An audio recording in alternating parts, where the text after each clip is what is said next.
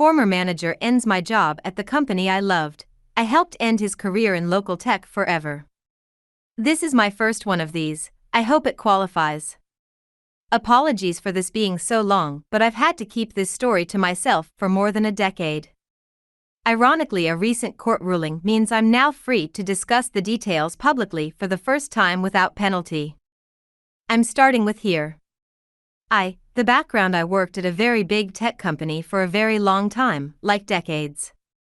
Over the years, I had worked my way up from being a noob to a kind of specialist fixer. I became fairly well known internally as a security/emergency response person. I got assigned the bad or unfixable projects, many of which made news headlines. I have many stories that I can never tell publicly, sadly. Suffice it to say that multiple senior vice presidents in various divisions got to know who I was, because I effectively wrangled gnarly and complex problems and herded many intense tech nerds together to resolve big things in multiple divisions over the years. It was so fun. At the time of our story, I was working on a small security team in a product engineering division. It was a somewhat turbulent time, and our team of 8 had weathered multiple reorganizations and had so many manager changes. It was a lot. But we kept our heads down and did the work, and we all got along just fine. Sidebar, and relevant later, one of the better managers assigned to run our team immediately assigned me a huge and complicated and urgently important project to manage. It would involve people in 6 different divisions, had seriously big legal implications, and our senior VP wanted it to happen by an aggressive deadline within like 4 to 6 weeks. Oh, and my manager was leaving imminently on a long-planned vacation, so he apologetically would be away for the next 3 weeks and unable to assist. The project was to do something big and technical and which had never been done before, so no one was entirely sure how to do it, who all it would require, what steps in what order. Some of the key players had what we gently called difficult personalities. And oh, by the way, it would definitely make international news and cause a ripple in the industry when we did it. No big whoop. Manager was a decent guy, and he felt bad about leaving me with this thorny mess. And I did it. We got all the people from all the divisions in a room and mapped it all out on a whiteboard. It took days, and hashed out how to do it before the deadline, actually well before, for bonus points. And we lined everyone up to get it done. Before we pulled the actual trigger on the very big thing, I had to attend a meeting with the VP and exec leadership, several levels of management above me, and with the legal team to present the plan and to assure all of the execs that we were ready and had it all handled. So I looked the VP in the eye and assured him that I got this. And then I did. The team did the big thing sooner than the deadline. It was flawless. We rocked that. Woot. Just another day at the office? To the Inept manager, a few months after that epic project, our good manager left us for another role and someone new moved over from an unrelated division out of nowhere. We'll call him Inept manager. Inept manager did not know anything about security.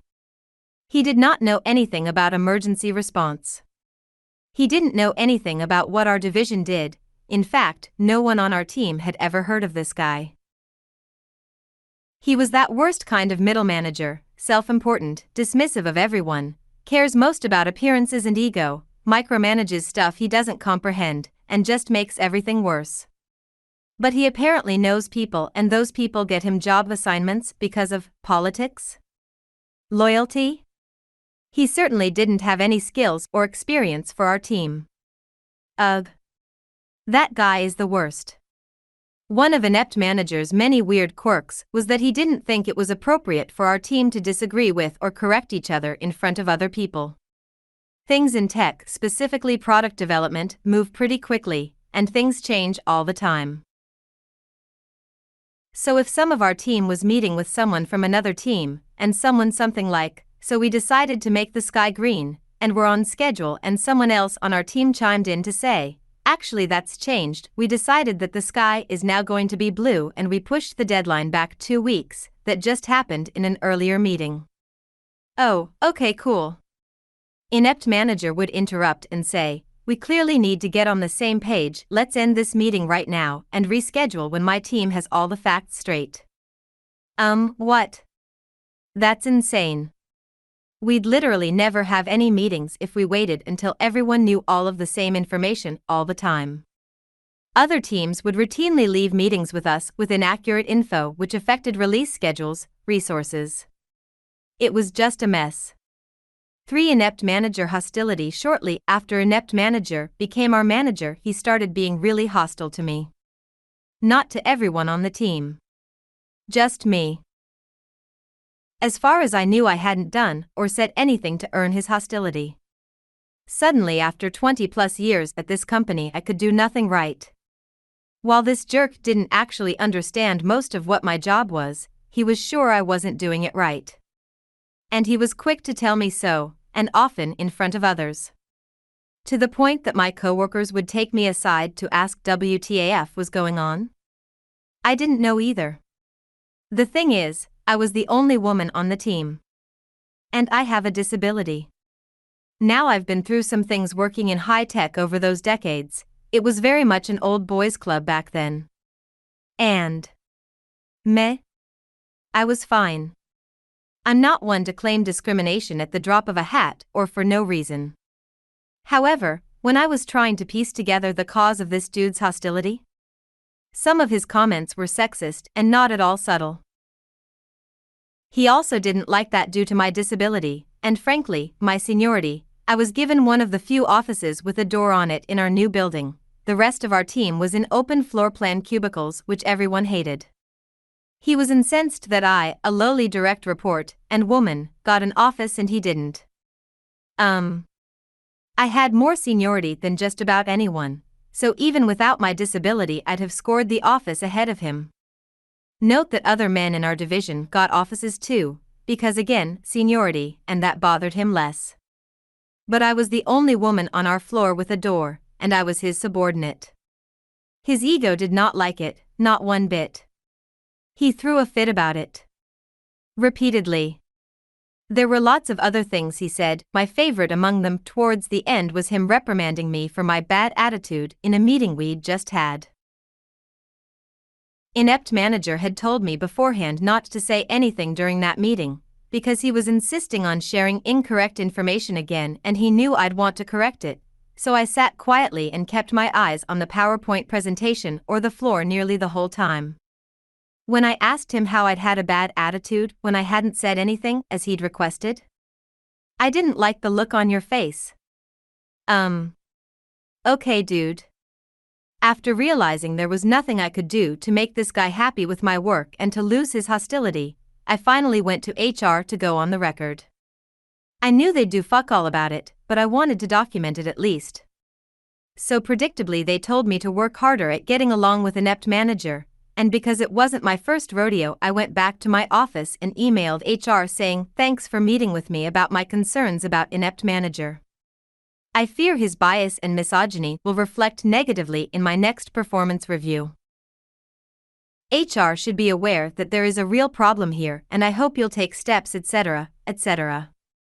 Which, of course they didn't. But now it was on the record. 4. The axe falls and then a few months later he gave me a terrible performance review, as expected. Long story already long, he was trying to fire me for underperformance. Unfortunately for me, the company had started rounds of layoffs all over and it was the worst possible time to be looking for another job internally. And now I had a bad performance review on my record, too. I went back to HR and said, that thing I said I was worried would happen when we met 6 months ago? That happened. Exactly as I said. Now what? HR, once again, was no help. Also they'd done literally nothing.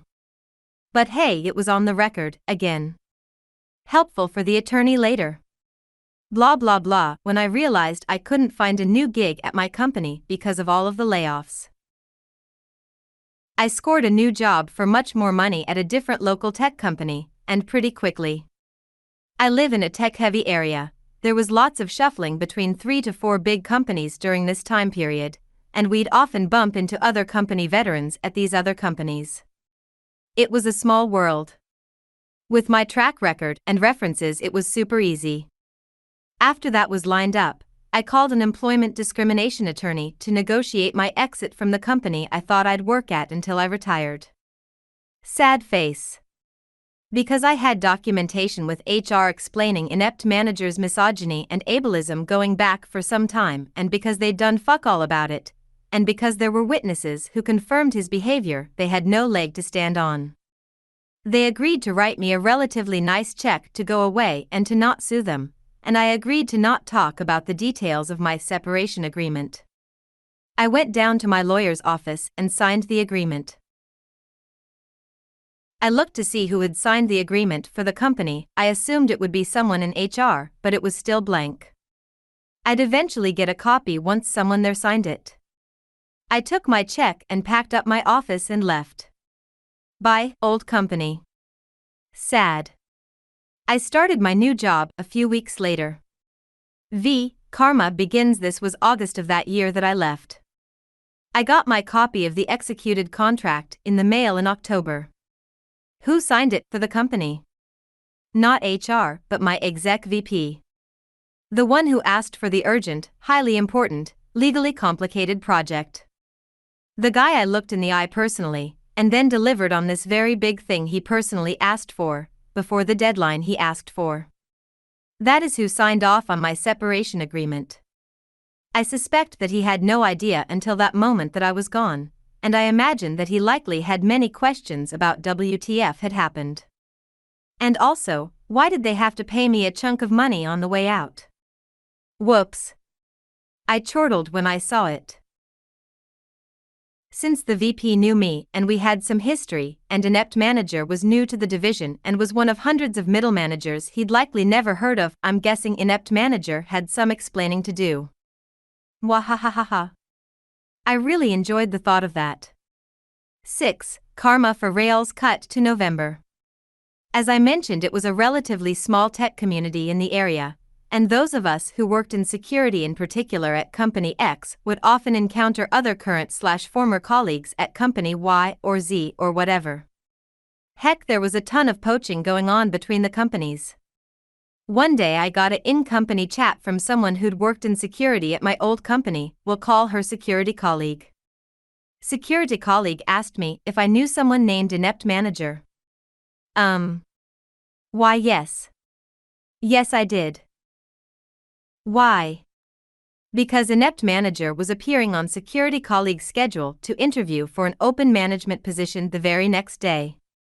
It seems that shortly after my former exec VP had signed my separation agreement contract, Inept manager was actively looking for a new job at a new company. Hey. Security colleague asked me what I thought about Inept manager. I said, I can't really talk about it for legal reasons, which boom, everyone knows what that means, but if you wanted to ring my personal cell phone later this evening to catch up on old times, please do. She did. I hypothetically shared some stories with her about Inept manager. I also told her where his hot buttons are, the appearance/ego thing, the dominant stuff, etc., etc. And all about his misogyny and ableism, which was perfect since SHE was conducting his interview. I may have shared some specific scenarios/questions to ask which I knew would set him off. I wished her luck, and for the love of all that is holy to please call me after, when appropriate, and tell me how it all went. It did not go well for Inept manager. When security colleague rang me, I couldn't wait. How did it go? Well, he got combative and angry and yelled at me twice. During his interview to be hired as a manager. Facepalm, there were lots more details, now lost to time. Except, at that company, interviews loops were assessed as such: strong hire for this role, hire, but not for this role, not a good fit for this job, but we like them, no hire, no hire ever, not for any role. Inept manager's interview was rated that last one, no hire ever. Blacklisted from any job, ever, at one of the biggest tech companies in the world. After being pushed out the door of one of the other biggest tech companies in the world. Derp. Shortly after that, it appeared that Inept manager moved himself and his wife and kids a few states away to work at a smaller company in another region. It took less than 6 months from when I left my old company for him to be gone as well. Hey. What gets me, still, is that Inept manager thought I was so inconsequential, so unimportant that he didn't bother to check and see where I landed after he forced me out of the company I loved. And when he had to look for a job himself shortly thereafter, it also never occurred to him that I'd have connections with, thousands of colleagues I'd worked with over the years, some of whom could now be working at company X or Y or Z where he was interviewing. And where I'd scored a huge raise for myself. To this day, he doesn't know why his interview at company Y tanked so badly. And since security colleague was not legally precluded from sharing stories she had heard through the grapevine about Inept manager's management problems, it's possible that other of our old security colleagues at Company Z and other companies in this area heard those stories, too. Which means he's unlikely to get a job at any major tech company in this area. Maybe ever. Definitely not at X or Y, and they are big companies. Among the biggest. And it's all because he's an asshole, ableist, misogynist middle manager who underestimated Lil ol me. Mwahahaha.